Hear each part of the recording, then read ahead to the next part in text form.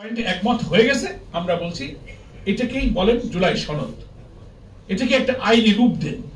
এখন প্রশ্ন আছে যে কিভাবে এটাকে আইনি বিধান দেওয়া যাবে, সেটাও কিন্তু আমরা বিভিন্ন দল তার ব্যাখ্যা দিয়েছি, তার প্রস্তাবনা অপশনগুলো আমরা বলেছি।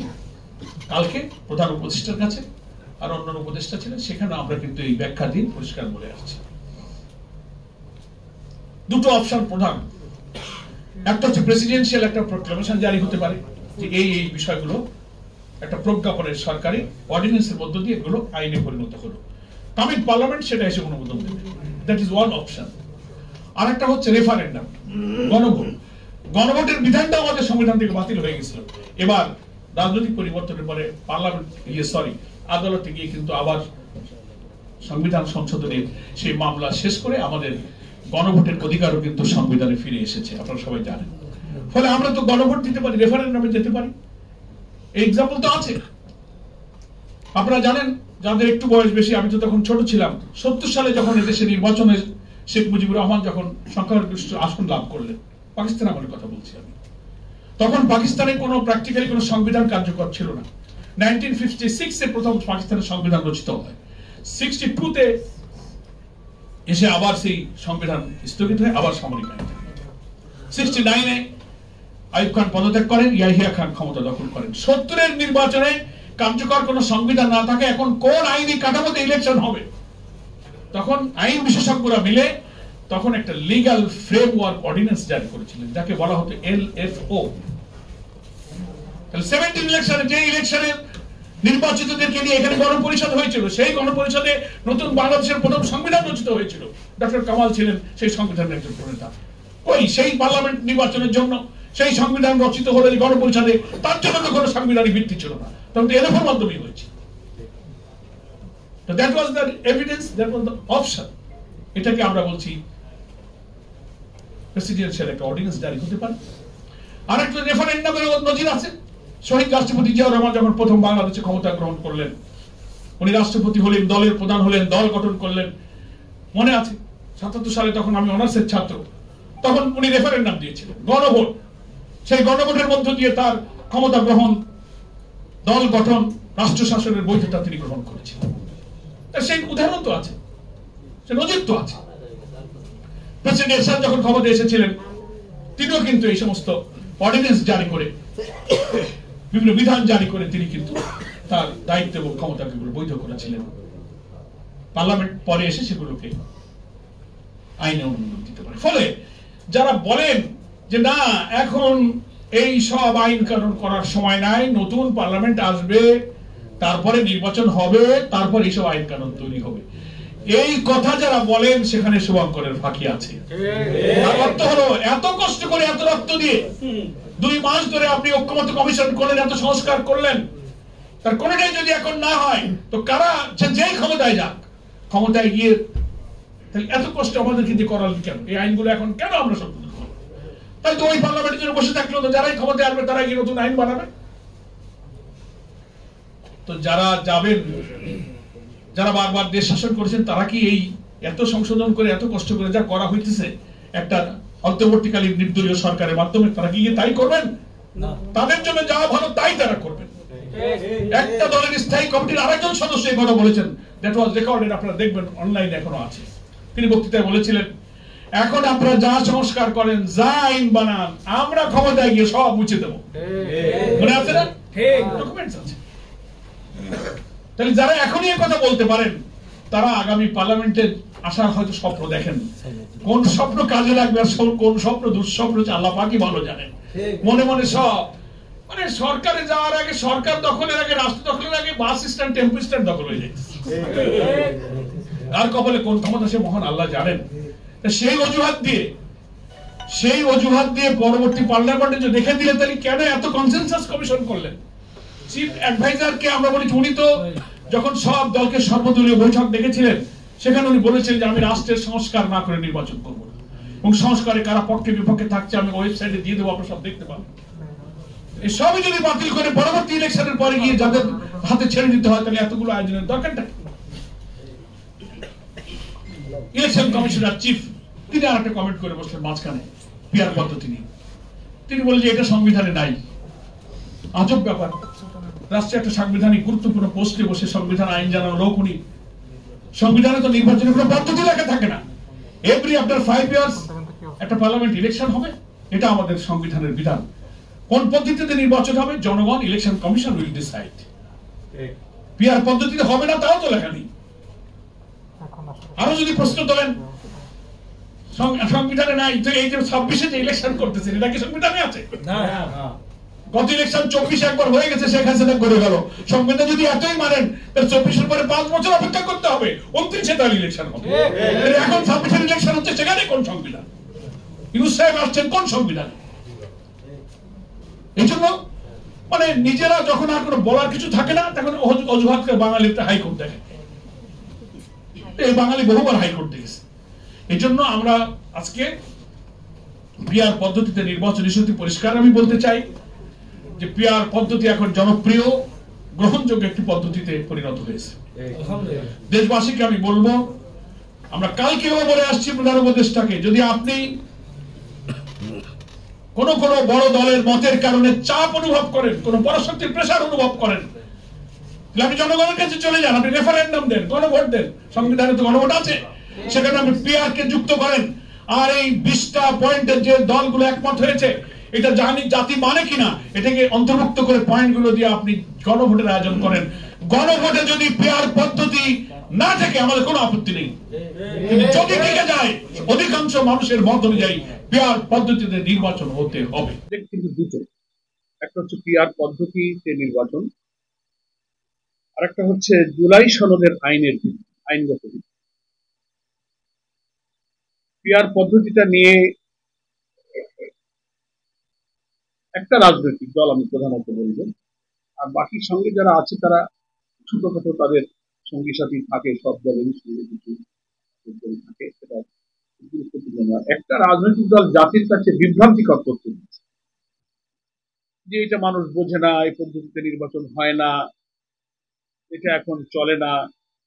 কখনো কখনো সেই দলের একজন স্থায়ী কমিটির সদস্য এই মন্তব্য করে ফেলেছেন যে দেশের মানুষ ইভিএম বোঝে না, তারা পিআরও বোঝে। তো আমরা দুঃখ করে বলেছি যে যিনি বক্তব্য রেখেছেন তাকেও বুঝতে হবে যে ইভিএম কিন্তু একটা মেশিনের নাম, ইলেকট্রনিক ভোটিং মেশিন, আর পিআর হচ্ছে একটা ইলেকট্রাল সিস্টেম। দুইটা জিনিসকে আপনি একভাবে বললেন, যিনি বললেন তারও তো এটা বোঝা দরকার। ইভিএম এবং পিআর এটা একসাথে কোনো কম্পারেটিভ আলোচনার বিষয় নয়, একটা প্রযুক্তি আর একটা ইলেকট্রাল সিস্টেম। এটাকে মিলায় আপনি বাংলাদেশের মানুষের সামনে বলে দিলেন একটা বড় দলের নেতা এটা জনগণ বোঝে। তো প্রপোর্শনাল রিপ্রেজেন্টেশন যেটাকে বলা হয় পিআর পদ্ধতি, আপনারা ইতিমধ্যেই জেনেছেন, কারণ এই পদ্ধতির উপরে সারা দেশে বিশেষ করে ঢাকাতে জাতীয়ভাবে বিভিন্ন রাজনৈতিক দল, বিভিন্ন সংস্থা, সংগঠন, গবেষণা প্রতিষ্ঠান আলোচনা, সিম্পোজিয়াম, গোল টেবিল এগুলোর আয়োজন করছে। এগুলোর উপরে পত্র আর্টিকেল লেখা হচ্ছে, প্রবন্ধ লেখা হচ্ছে, এর উপরে বই ইতিমধ্যে লেখা হয়েছে। এটার উপরে গবেষণা চর্চা কিন্তু হয়েছে, যেহেতু পিআর পদ্ধতিটা ইলেকশনের কি সিস্টেম, কেমন করে এটা হয়। এবং আমি বলবো এর ব্যাখ্যা যাওয়ার আগে আপনারা নিশ্চয়ই সচেতন সাংবাদিক বন্ধুগণ এবং দেশবাসী যারা আছেন, বাংলাদেশের কয়েকটা বেসরকারি সংস্থা একটা জনমত জরিপ করেছে, একটা সার্ভে করেছে যে পিআর নিয়ে যে বিতর্ক হচ্ছে, দেখি দেশের কত পার্সেন্ট জনগণ পিআর পদ্ধতিতে নির্বাচন চায়। এই সার্ভে রিপোর্টও দেখা গেছে যে 71% মানুষ দেশে পিআর পদ্ধতিতে নির্বাচন চায়। আজব ব্যাপার। তারপরেও বলা হচ্ছে যে না, এটা জনগণ হবে না, মানবে না, আমরা পারব না। প্রপোর্শনাল রিপ্রেজেন্টেশন পদ্ধতিতে পৃথিবীর আধুনিক গণতান্ত্রিক দেশগুলোতে প্রায় 90টারও বেশি দেশে এই পদ্ধতিতে নির্বাচন হয়। এই পদ্ধতির মধ্যে আবার 6টা পদ্ধতি আছে। প্রপোর্শনাল রিপ্রেজেন্টেশনেরও 6টা সিস্টেম আছে, এক এক দেশের জন্য এক একটা অ্যাপ্লিকেবল। সব দেশে সবটা প্রযোজ্য হয় না। আমরা বলেছি যে বাংলাদেশের জন্য যেটা প্রযোজ্য হবে, যেটা অ্যাপ্লিকেবল হবে, সেটা এক্সপেরিমেন্ট করার জন্য বিশেষজ্ঞদের নিয়ে, সংবিধান বিশেষজ্ঞদের নিয়ে, যারা নির্বাচন বিশেষজ্ঞ আছেন, আলোচনা হতে পারে। কিন্তু পিআর বুঝবে না, মানবে না, এটা হয় কি করে? কেয়ারটেকারও একসময় এ জাতি বুঝতো না। একটা দল বলতো যে কেয়ারটেকারে আবার কি, নির্দলীয় নিরপেক্ষ, পাগল আর শিশু ছাড়া কেউ নিরপেক্ষ হয় না। এটা বক্তৃতা হয়েছে না এদেশে, যাদের একটু বয়স বেশি সেই সময় আন্দোলনের কথা। এটা হিস্ট্রিও আপনাদের জানা আছে যে বাংলাদেশের কেয়ারটেকার সরকারের প্রথম ফর্মুলাটা দিয়েছিলেন বাংলাদেশ জামাত ইসলামের সাবেক আমির অধ্যাপক গোলাম আজম রাহিমাহুল্লাহ, যিনি ডাকসু জিএস ছিলেন, ভাষা সৈনিক ছিলেন। উনি যখন এই ফর্মুলাটা দিয়েছিলেন, আমাদের এই কেন্দ্রীয় প্রতিনিধি সুরার এক বিরাট অধিবেশনে তিনি এই প্রস্তাবটা পেশ করেছিলেন। তখনও জাতির উদ্দেশ্যে যখন আমরা এটা আমাদের নেতৃত্ব যখন এটা পেশ করলেন যে একটা ফ্রি ফেয়ার ক্রেডিবল ইলেকশন হতে গেলে, গ্রহণযোগ্য ইলেকশন হতে গেলে এই পদ্ধতি ছাড়া কোন দলীয় সরকারের অধীনে নির্বাচন নিরপেক্ষ হয় না, এটা প্রমাণ। তখনও অনেক দল এটা মানে নাই। পরে ধীরে ধীরে যখন এটার বিশেষজ্ঞ পর্যায়ে আলোচনা হলো, চর্চা হলো, তখন এটা নিয়ে আস্তে আস্তে এক একটা দল, তারপরে আমরা সব দলই কিন্তু একমত হয়ে গেলাম এবং এটা সংসদে কিন্তু গৃহীত হলো। এবং শাহাবুদ্দিন সাহেবের যে প্রথম নির্বাচন হলো 91-এ, তত্ত্বাবধায়ক সরকারের সেই অধীনেই নির্বাচন হলো। তারপরে এটাকে সাংবিধানিক রূপ দিয়ে আইনে পরিণত করা হলো। দুঃখজনক হলো তারপরে আবার এই কেয়ারটেকার পদ্ধতিটাকে বাতিল করে দেওয়া হবে। সেই ইতিহাসের দিকে আমি যাবো না, সময় চলে যাবে। যারা দেখলো যে নির্বাচন নিরপেক্ষ হলে নিজেরা ক্ষমতায় ইচ্ছা মতো আসা যায় না, তাতে বাক্স ভর্তি করা যায় না, বাক্স নিয়ে দৌড় মারা যায় না, নানান রকম সমস্যা আছে, তো এটা আমাদের অধীনে। এটার অনেক ইতিহাস আছে। যেমন আলহামদুলিল্লাহ 24-এর গণ অভ্যুত্থানের পরে নতুন পরিবর্তিত রাজনৈতিক পরিস্থিতিতে জুডিশিয়ারি যখন স্বাধীন হলো, তখন এটাকে কোর্টে গেল, মামলা হলো। সেই মামলায় আমি জামাত ইসলামের পক্ষ থেকে সেক্রেটারি হিসেবে আমিও বাদী ছিলাম। সেই মামলার শুনানি শেষে আদালতে কেয়ারটেকার পদ্ধতি বহাল রাখা হয়েছে, সেটা এখন আইনি পরিণত। তা আমরা বলেছি যে কেয়ারটেকারও যখন এক সময় বোঝে নাই, আস্তে আস্তে ধাক্কা খেয়ে বুঝেছে, তো পিআরও ইনশাল্লাহ এই জাতি এক সময় বুঝবে। আমরা এটাকে নিরপেক্ষ কেন বলেছি? এটার সিস্টেমটা ইতিমধ্যে অনেকে জেনে ফেলেছে। বাংলাদেশের জন্য যে প্রযোজ্য বিধান, 6টা থেকে যে কোনো একটা আমরা চয়েস করতে পারি। 10টা দল আছে, তার 10টা প্রতীক আছে, 10টা দল তার বক্তব্য জাতিকে জানাবে, তার মেসেজ দেবে, তার ম্যানিফেস্টো জানাবে। সে যদি নির্বাচিত হয়ে বাংলাদেশের ক্ষমতায় আসে, দেশটাকে কিভাবে গড়বে, গোটা জাতিকে সেটা সে ব্রিফ করবে। ভোটাররা তার মধ্যে যেটাকে পছন্দ করবে সেই দলকে ভোট দেবে। কোন ব্যক্তি যখন নির্বাচনে নিজে প্রার্থী না হয়, নির্বাচনের সহিংসতা, পেশিশক্তি, কালো টাকা, ভোট ডাকাতি, এগুলো কিন্তু তখন আর অতটা হতে পারে না। কারণ আমি যে এমপি হতে পারছি না, আমি হব কিনা তা আমি জানি না, ফলে আমার যেহেতু ইন্টারেস্ট নেই, তো আমি কোটি কোটি টাকা কেন এখানে খরচ করতে যাব? আমি ক্যাডার বাহিনী কেন পুষতে যাব? আমি কেন ভোট কাটতে যাব? এখানে আমার পার্সোনাল ইন্টারেস্ট যেহেতু নেই।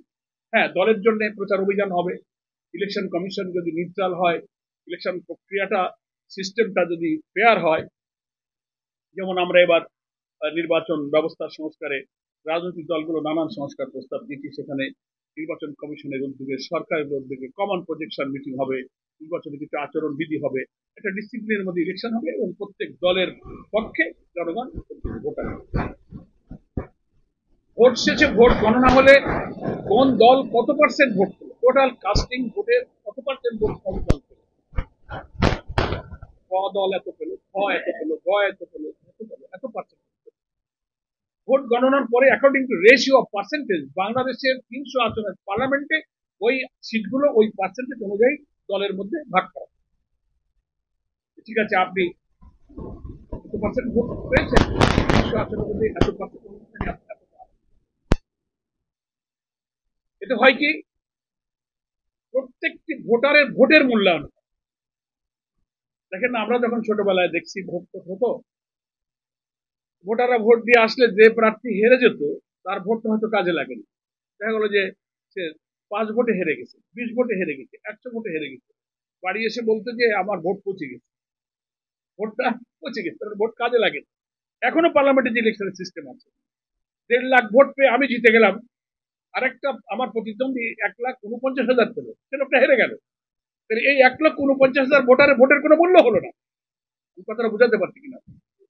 এই ভোটার গুলোর মূল্যায়ন পিআর পদ্ধতিতে হবে, কারণ প্রত্যেকটি ভোট দলের অনুকূলে গিয়েছে, ব্যক্তির অনুকূলে যায়নি, এবং গণনা হয়েছে শতকরা হারে তার মধ্যে আসন বণ্টিত হয়েছে। তাহলে যদি কেউ 1% ভোটও পায়, 300 আসনের মধ্যে যদি টোটাল কাস্টিং ভোটের 1% ভোট যদি সে পায় তাহলে সে 3টা আসন পাবে। এই কথাটা বুঝতে পেরেছেন? 1% ভোট যদি কোনো একটা দল পায় টোটাল ভোটে, তাহলে সে 300-র মধ্যে 1% কত হয়? 3টা পাবে। এবং তাদের সুবিধা হচ্ছে যে মনোনয়ন বাণিজ্য হয় না, যে আমার মনোনয়ন দেন আমি 5 কোটি দিয়ে দেবো। সব দোকান খুলে বসে থাকে দোকানদারের মতো, যাও সিট বিক্রি হবে, টাকা কে কত দেবে।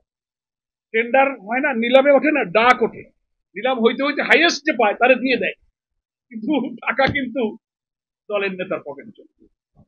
এই পিআর পদ্ধতিতে যেহেতু ব্যক্তির ইন্টারেস্ট থাকে না, সেই যে মনোনয়ন বাণিজ্য হয় না, সন্ত্রাস, সহিংসতা, কালো টাকা, পেশি শক্তির প্রভাব থাকে না, প্রত্যেকটি ভোটারের কিন্তু যথাযথ মূল্যায়ন। সবচেয়ে বড় লাভ হলো এই পিআর পদ্ধতি। পার্লামেন্টটা হয় একটা কোয়ালিটি পার্লামেন্ট, রিচ পার্লামেন্ট। কারণ যখন আপনি দেখবেন যে একটা দল হয়তো 50টা সিট পেয়ে গেল, তার ভোটের রেশিও অনুযায়ী 50টা আসন পেয়ে গেল, তখন এই সিস্টেমের ইলেকশন কমিশনকে প্রত্যেকটি দল তার এমপিদের তালিকা সে দিল।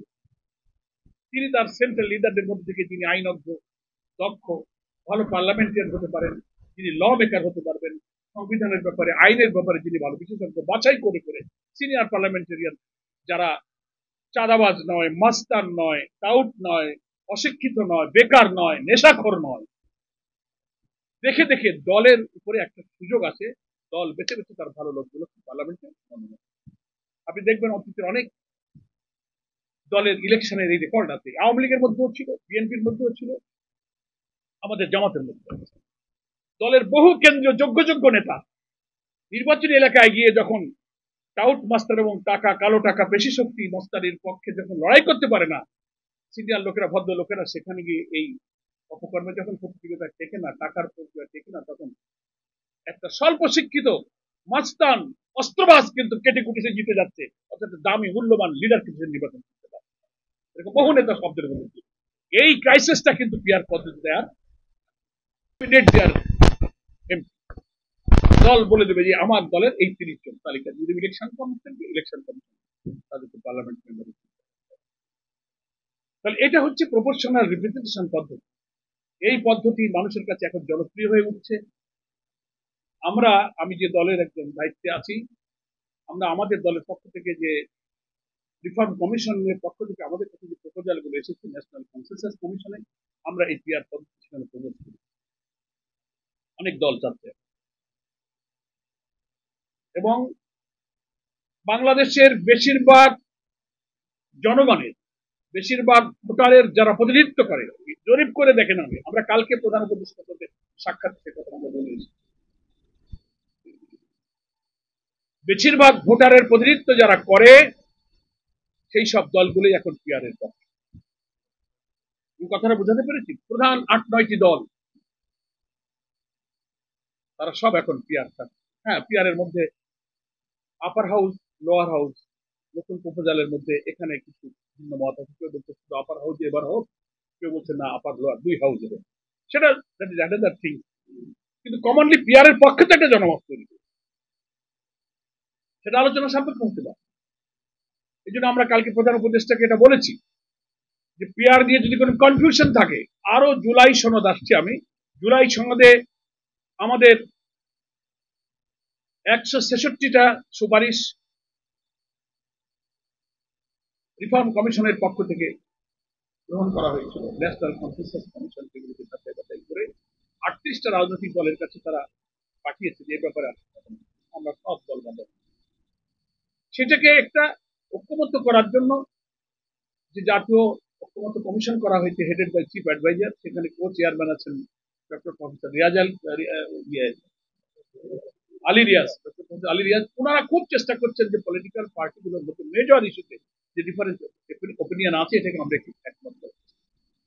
ইতিমধ্যে কমিশনের এই চেষ্টার ফলে প্রায় আমরা 20টার মতো মেজর ইস্যুতে কিন্তু দলগুলোর মধ্যে একমত হয়ে গেছে।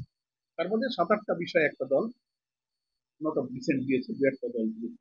তো নোট অফ ডিসেন্টের যে প্রভিশন সারা দুনিয়াতে এবং দেশেও আছে, এই নোট অফ ডিসেন্টের অর্থ হলো যে সিদ্ধান্ত হয়ে গেছে, সিদ্ধান্তের ব্যাপারে আপনি হয়তো একটা ভোট অফ ডিসেন্ট দিয়েছে। তার অর্থ সিদ্ধান্তটা কিন্তু বহাল রয়েছে, আপনার দ্বিমত সহকারে সিদ্ধান্ত।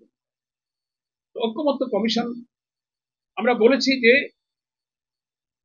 এই ন্যাশনাল কনসেনসাস কমিশনের সব দলের মধ্যে আলোচনা করে যে বিষয়গুলোতে আমরা একমত হয়ে গেছি, সেখানে 6টা কমিশন প্রদান করা হয়েছে। 1 constitution, 1 2 judiciary, 3 police administration, 4 anti corruption commission, 5 হচ্ছে আপনার ওই সিভিল অ্যাডমিনিস্ট্রেশন, তারপরে হচ্ছে জনপ্রশাসন যেটাকে বলে, আর একটা হচ্ছে না ওটার ব্যাপারে এখনো কমিশনে আলোচনা হয়নি, আর সংবিধান, পুলিশ প্রশাসন, দুর্নীতি দমন কমিশন, বিচার ব্যবস্থা, হচ্ছে ইলেকটোরাল প্রসেস, নির্বাচন।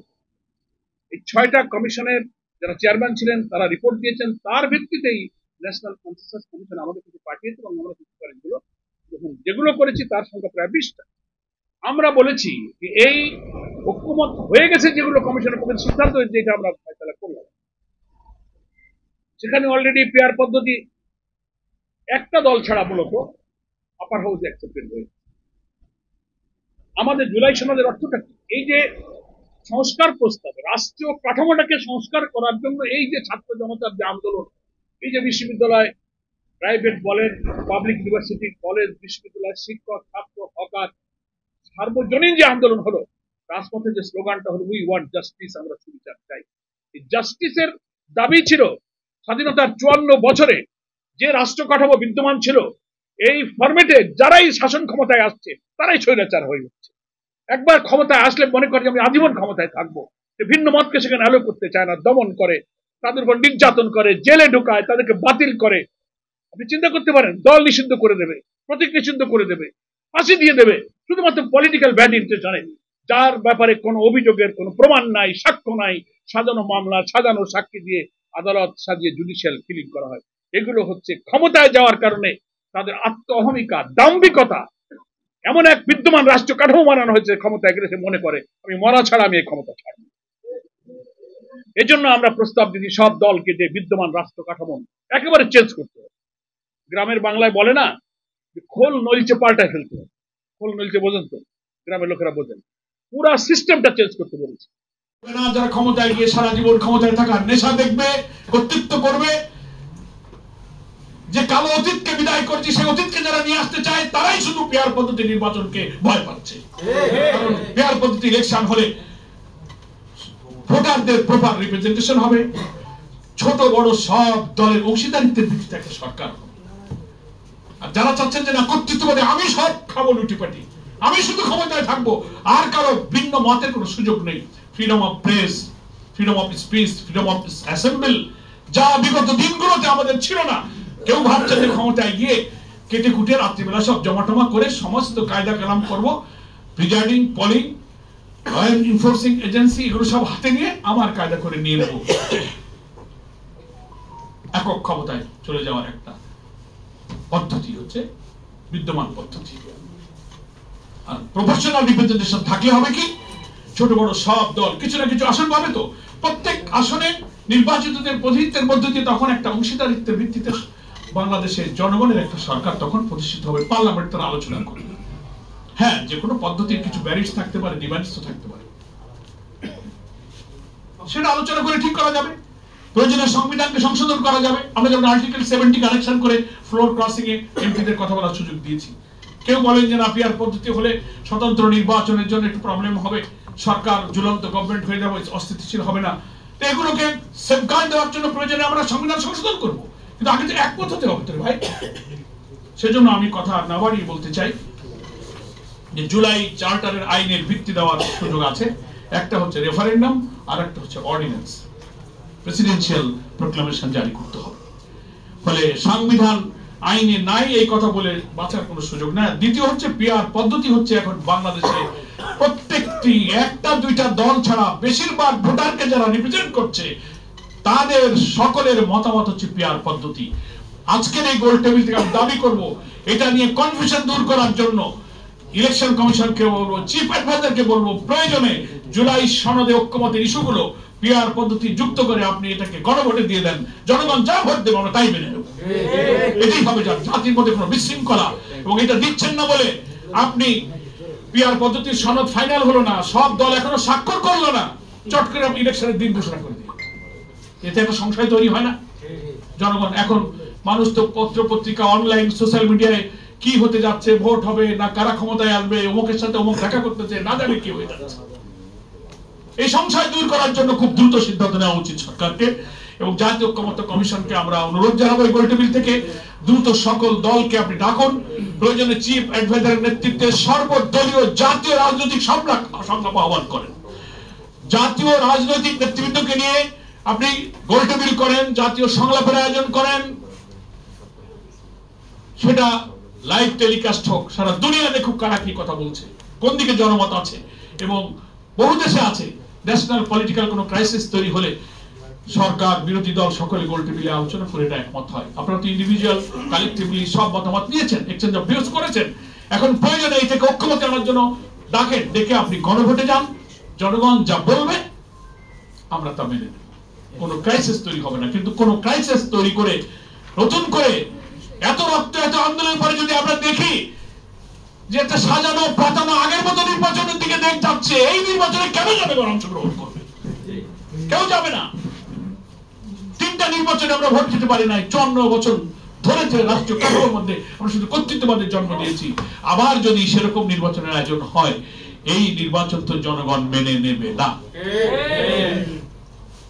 আমি আপনাদের সকলকে ধন্যবাদ জানাই। সেখানে আমাদের অনেক প্রস্তাব গৃহীত হবে। একজন প্রধানমন্ত্রী 10 বছরের বেশি ক্ষমতায় থাকতে পারবে, তখন 2টা। তারপরে আপনি জুডিশিয়ারিতে চিফ জাস্টিসের অ্যাপয়েন্টমেন্ট, আপিল ডিভিশনের জাস্টিসের অ্যাপয়েন্টমেন্ট, বিচারপতি নিয়োগ, এমন সিস্টেম করা ছিল যে দেশের প্রধানমন্ত্রীর অনুমতি ছাড়া কিছুই হবে না, রাষ্ট্রপতিও করতে পারবেন না প্রধানমন্ত্রীর দোয়া ছাড়া। পুতুল। এই জায়গাগুলো আমরা রিফর্ম করার প্রস্তাব করেছি এবং ম্যাক্সিমাম দল একমত। আমরা জুডিশিয়ারি ব্যাপারে বলেছি একটা সেপারেট অ্যাপয়েন্টিং অথরিটি লাগবে। কনস্টিটিউশনাল যে সমস্ত পোস্ট আছে, পাবলিক সার্ভিস কমিশন আছে না, ইলেকশন কমিশন, নানান কমিশনের ব্যাপারে আমরা বলেছি, এখানেও নিয়োগের ব্যাপারে সেখানেও প্রধানমন্ত্রীর কর্তৃত্ব ছিল। আমরা বলছি নয়, এখানেও সেপারেট একটা অ্যাপয়েন্টিং অথরিটি। তারপরে অ্যান্টি কারাপশন কমিশন, সংবিধানের আর্টিকেল 70-কে আমরা কথা বলি, যেখানে এমপিদের ফ্লোর ক্রসিং এর কোনো সুযোগ ছিল না। স্বাধীনভাবে কিছু বিষয়ে একজন এমপি পার্লামেন্টের মতামত দিতে পারত না, দল যা বলবে তাই শুনতো। সেখানে আমরা 2-3টা পয়েন্টে বলেছি যে সংবিধান সংশোধন, তারপরে অনাস্থা প্রস্তাব, অর্থ বিল, নানান ইস্যু বাদে একজন এমপিকে স্বাধীনভাবে পার্লামেন্টে তার মতামত দেওয়ার সুযোগ দেওয়া উচিত। That is the beauty of democracy. Parliamentary system of ডেমোক্রেসিতে একজন এমপির এই অধিকার থাকে, সেটাও কিন্তু ঐক্যমত্য কমিশনে। এইভাবে আমি সংক্ষেপে বলছি, এই যে সংস্কারগুলোর ব্যাপারে 6টা জায়গায় আমরা তো বলিনি যে রাষ্ট্রের তো সব অর্গানই নষ্ট হয়ে গেছে। 54 বছরে যারাই ক্ষমতা এসেছেন 3টা দল দেশ শাসন করেছে। আওয়ামী লীগ দেশ শাসন করেছে প্রায় 25 বছর, বিএনপি দেশ শাসন করেছে প্রায় 15 বছর, জাতীয় পার্টি করেছে 9 বছর, মিলিটারি শাসন, সামরিক আইন চলেছে প্রায় 9 বছর। এই 54 বছরের শাসনকালে আমাদের সমস্ত রাষ্ট্রীয় অর্গানগুলো পলিটিসাইজ হয়েছে, করাপ্ট হয়ে গেছে, দলীয়করণ হয়েছে, দুর্নীতির মধ্যে। এর জন্য বলেছি আসেন আমরা বিদ্যমান কাঠামোটা চেঞ্জ করে ফেলি। যে কোনো লোক, আমিও যদি কালকে এই কাঠামো দিয়ে ক্ষমতায় চলে যাই, এই কাঠামো থাকলে আমিও কিন্তু কর্তৃত্ববাদী স্বৈরাচারী হয়ে যাব। আমিও যদি এর মধ্যে দিয়ে ঢুকে যাই তো আমি এমন পাওয়ার পাবো যে আমিও আরেকটা হাসিনা হয়ে তখন আমার ক্ষমতায় আত্মহমিকায় আমি তখন আর ভুলে যাব। এই কাঠামোতে যে ক্ষমতায় যাবে সেই ফ্যাসিবাদী আচরণ করবে, সেই কর্তৃত্ববাদী হবে। এই জন্য বলেছি আমাদের এই ফরম্যাটটাকে শুড বি চেঞ্জ।